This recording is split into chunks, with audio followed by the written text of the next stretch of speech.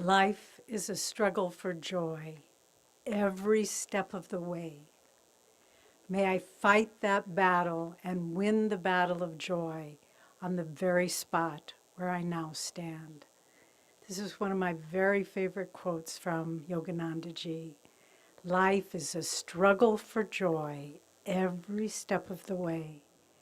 And why is that? Well, Jyotish has explained it so clearly that this world is set up in such a way, a perfect setup, that our happiness is always just beyond our reach. There's the story from the Indian scriptures from the life of baby Krishna, Gopala, when he was a naughty boy and his mother was trying to do the housework and he was always disturbing her. So she found a piece of rope and she tried to tie him up to this pillar. I don't want anybody complaining about child abuse. That's not the point of this story. She tied him up, but the string was just a little bit too short. And so she went and got a longer string and she tried to tie it. And it was still too short. And on it went. Because we can't contain the joy of God by our own will. We can't contain it. It's not to be found in this world.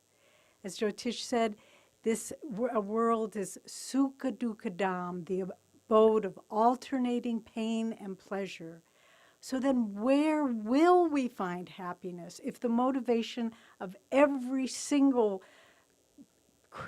bit of creation, from a plant to a rock, to a butterfly, to a bird, to a deer, to a tree, to you and me, if all of our motivation is to find happiness, where will we find it and how do we do it? Well, we will find it, as Jyotish has been saying, in the calm center of our own being. It will not be found anywhere else. It will not be found by excitement and turbulent emotions. Only when we find that calm center of our own being, as Swami was talking about, the neutralization of the vortices. Well, you know, we've heard that so often, but really and we dismiss it. Oh yeah, okay, neutralize the vortices, okay. But what we're saying here is to find that center no matter what is going on. That's the point. It can be great, it can be terrible, but to live in that calm center no matter what. And now the question is, Jyotish gave us some very profound spiritual techniques, but I want to talk about how we do it in our daily life. Some years ago, I was going through a period where there was a situation that was causing me a lot of worry.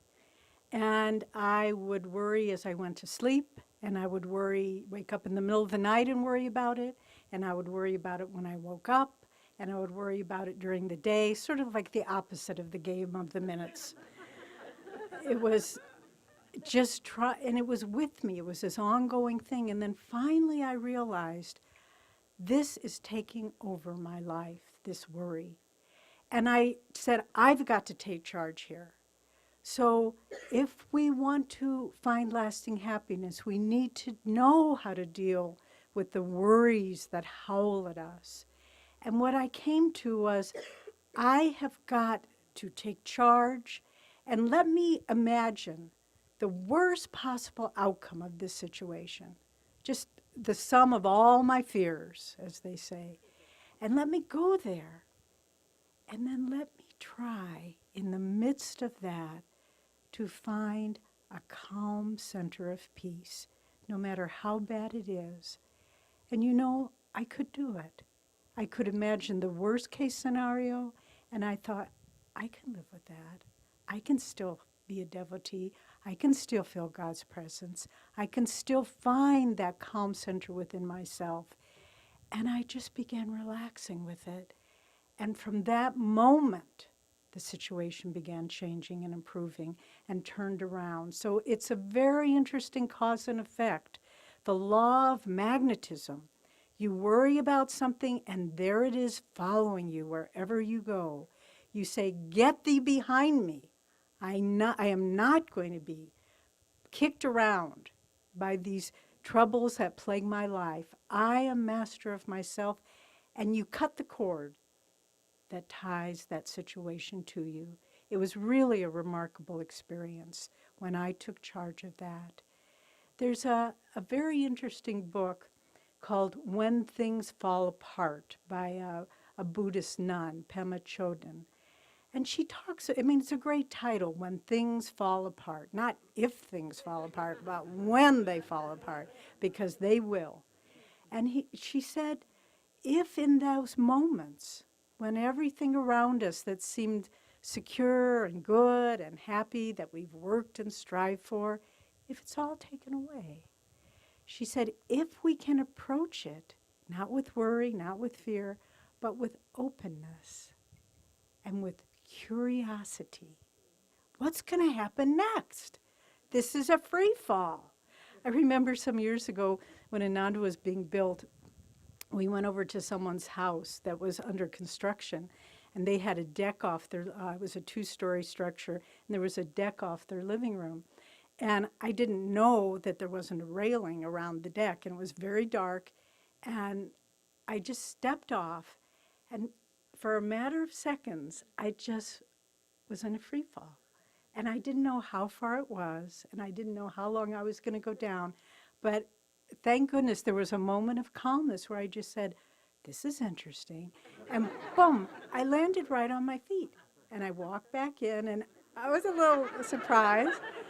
But if in those moments when it's all falling apart, if we can just have the openness and curiosity, and just to say, I will not allow worry to dominate my consciousness. Master gave a wonderful image. He said, worries are like swarms of insects. Don't they feel like that sometimes? And we have to kill them with the chemical of our peace, calmness, and happiness produced in the laboratory of meditation through and peace acquired through facing countless tests. So the more you do it, the more you know how to do it. There was, some years ago, a woman came to Ananda. She was the head of another spiritual organization, and she was having tea with Swami Kriyananda. And we were talking about Ananda and how it's developed, and she said, how do you appoint ministers here? And Swami said, well, we have to observe people over time. And she said, oh, you mean you have to make sure they know the teachings and that they're good lecturers and so forth. And Swami said, no, not at all. We have to see that even in the middle of their own personal tests, if their first instinct is to think of others, and if they do, then they are worthy to be ministers.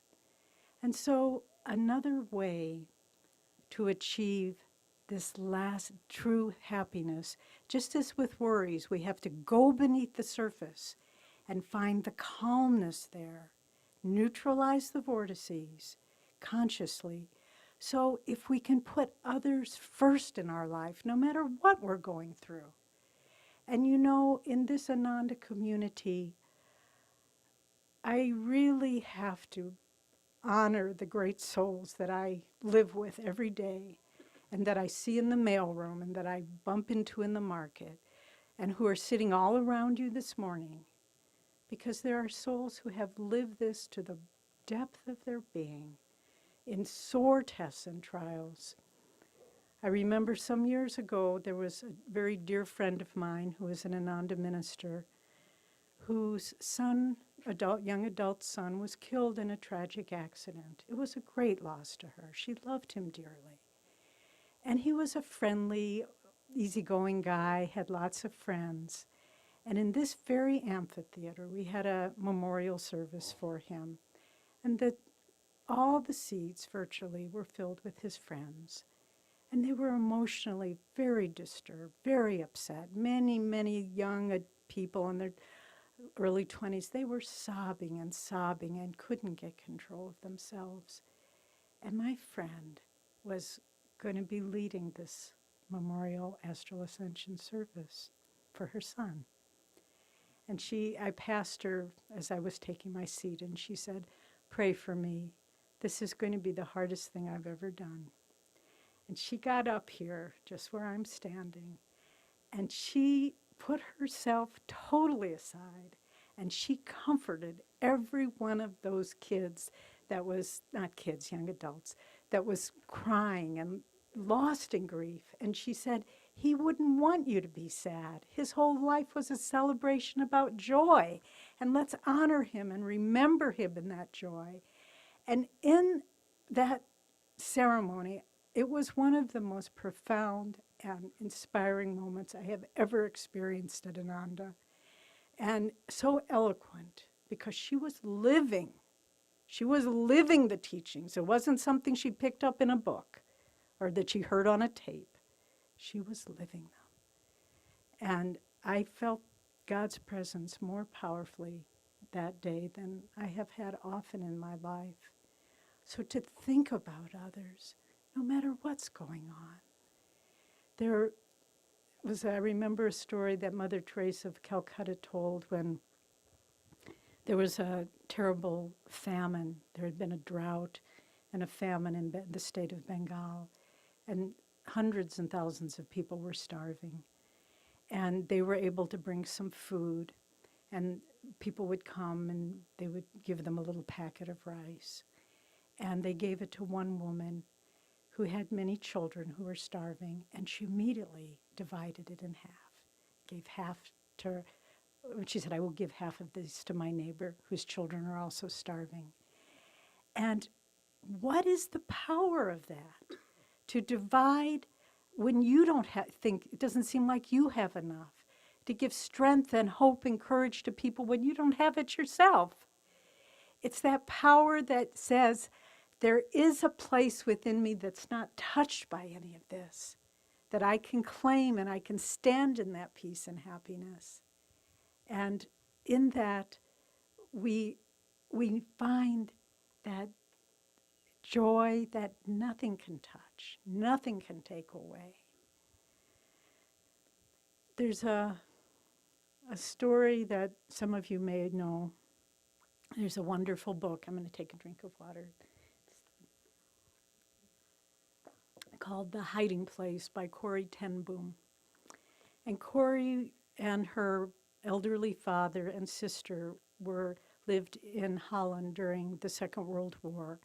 And they were Christians, but in their compassion and sense of humanity, they harbored and hid Jews and who were being sought out by the Nazis to and help them escape. Well, finally, someone betrayed them. And Corrie and her sister Betsy, they were all very, very devout Christians, and their elderly father were all arrested and put in concentration camps themselves. And her father didn't live very long in that situation. But Betsy and Corrie's telling the story, just no matter what happened, and there were brutal guards, and they were brutalized and starved and worked beyond human endurance, but they never lost their faith. And finally, Betsy died. Her older sister died. Corrie survived. And when the war was over, she was able to go out, and she started a mission, and she wrote a number of books. One was called Tramping for the Lord, and she talked about how she spread what they learned of not losing your faith, no matter how difficult it becomes. And she was out giving a lecture one evening, about forgiveness and love and acceptance and faith in God. And after the lecture, a man approached her. And at first she didn't recognize him.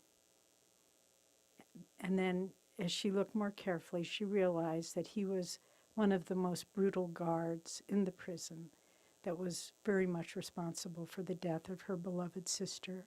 And he was weeping. And he said, "Can't you forgive me?" And at first, the human part of her recoiled and thought, how can I forgive him? How can I not remember what happened? But then that part of her that was rooted in God opened her arms and embraced him. And he sobbed and sobbed on her shoulder. And she knew, she said, in that moment, I felt the presence of Christ more than I had in any moment, because Christ, after all, there he was on the cross, and he could say, forgive them, for they do not what they do. And so forgiveness is such an elemental part of finding happiness. So many of us go through lives remembering past hurts. This happened and that happened. You know, in the last couple of weeks, we had two very dear friends who made their transition and left the body, Tim Kretzmann and Leela. And it was a loss for all of us. They were dear, dear friends and family members and so forth. But it was also so beautiful watching them make their transitions, because you could see the layers being peeled off. This doesn't matter, and that doesn't matter, and so what if he said this and she said that? And at the end, when we went to see Leela, after she had left her body, she was so beautiful. She was so beautiful. You could feel that she had had ultimate release. I don't know stages of this or that or the other, but there was this profound sense of freedom because she had forgiven and she had let it all go. And we need to look at every area of our life that we're holding on to something. It's sort of like when you have a loose tooth and you keep wiggling it with your tongue. Just look at your life. Look what little areas of worry or holding on to past hurts, and just say, this is a veil over my happiness. And if I want to be happy all the time, I have to find that place in myself that's not touched by any of this, where the vortices are still, and I know I can go forward, and none of it will matter. And so each one of these attitudes, the common thread that we're trying to describe is we can come to a place where that joy exists in stillness, in calmness, in remembrance. And there's a beautiful story of a Muslim woman saint, Rabia. And she was a great mystic and very close to God. And towards the end of her life, she was suffering from a ravaging illness.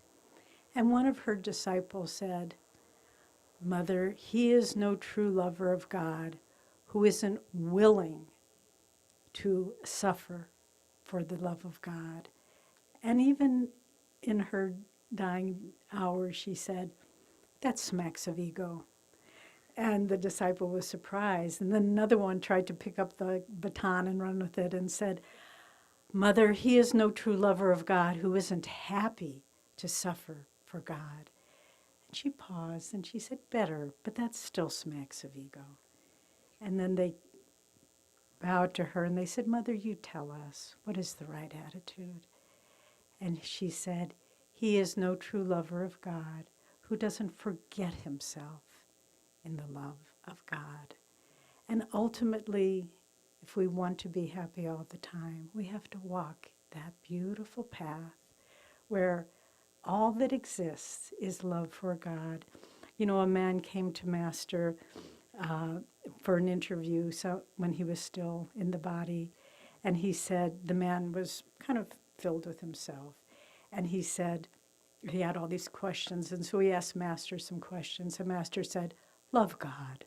And then he went back to his notes and he looked through and he found some more questions, and Master said, love God. And then the man still thought, well, this guy's not getting it.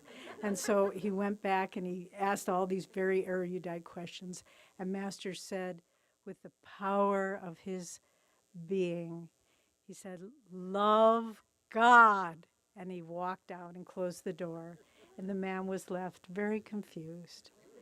But if we want to be happy all the time, we need to know, we need to put God first. And whatever happens in our life, and no one's life is without tests and trials, not one of us in this room, in this amphitheater. And yet if we keep moving forward, just saying, God, this is all from your love. You made this gift for me of illness or unhappiness or poverty or whatever it might be. You gave this to me out of your love, and I will cherish it. You know, there was this story of the rather odd guru who, when the disciples would come for darshan, he would take bricks and he would throw them at them and he said, "Get out, get out." And they would all flee, but the wise ones would come back and they would take the bricks. And when they brought them home and put them on their altar, the bricks turned into gold. Well, whether this is literally true or not really doesn't make any difference. It is certainly true spiritually that if whatever the guru throws at us or lays lovingly on our lap, if all of it, and all of it, we say, "Thank you, Master." These are ways that we can find how to be happy all the time, because we're living in that calm center that nothing can change. The ground can't be crumble under us. The rug can't be pulled out from under us. We live in the assurance because we've put God first. There's a beautiful quote from the autobiography of a yogi where Master says, "To allot God a secondary place in life was, to me, inconceivable." I couldn't imagine, in other words, putting God second. Though he is the sole owner of the cosmos, silently showering us with gifts from life to life, one thing yet remains which he does not yet own, and which each human heart is empowered to withhold or bestow: man's love. And so this is the choice in front of us. Do we choose to put God first? Because if we do, all these things will be added unto us, not in a mercenary way, not because we'll get a parking place, but because by putting God first, we know that is the answer to all of the questions, all of the problems that plague us in life. If we want to be happy all the time, we need to choose to give our love to God.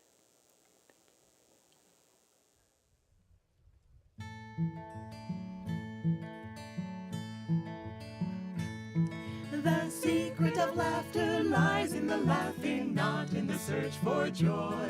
It's a swallowing in on the wind, it's innocence in a boy.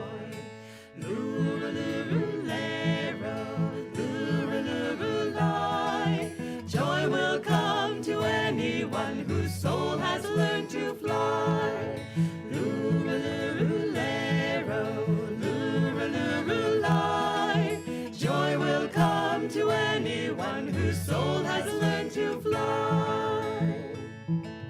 Joy in the singing, not in the song sung. Welcome but never crave. If you think that laughter lies in things, to things you'll be but a slave. Loo-ra-loo-roo-lay-ro, loo-ra-loo-roo-lie. Joy will come to anyone whose soul has learned to fly. Loo-ra-loo-roo-lay-ro, loo-ra-loo-roo-lie. Joy will come to anyone whose soul has learned to fly. Joy in the giving, not in the gaining. Grasp and you'll never sing. You could win the world and still be poor. Win peace and live like a king. Loo-ra-loo-roo-lay-ro, loo-ra-loo-roo-lie. Joy will come to anyone whose soul has learned to fly. Loo-ra-loo-roo-lay-ro, loo-ra-loo-roo-lie. Joy will come to anyone whose soul has learned to fly. Sing when the sun shines, sing when the rain falls, sing when your road seems strange. In a tempest seize the lightning flash and ride the winds of change.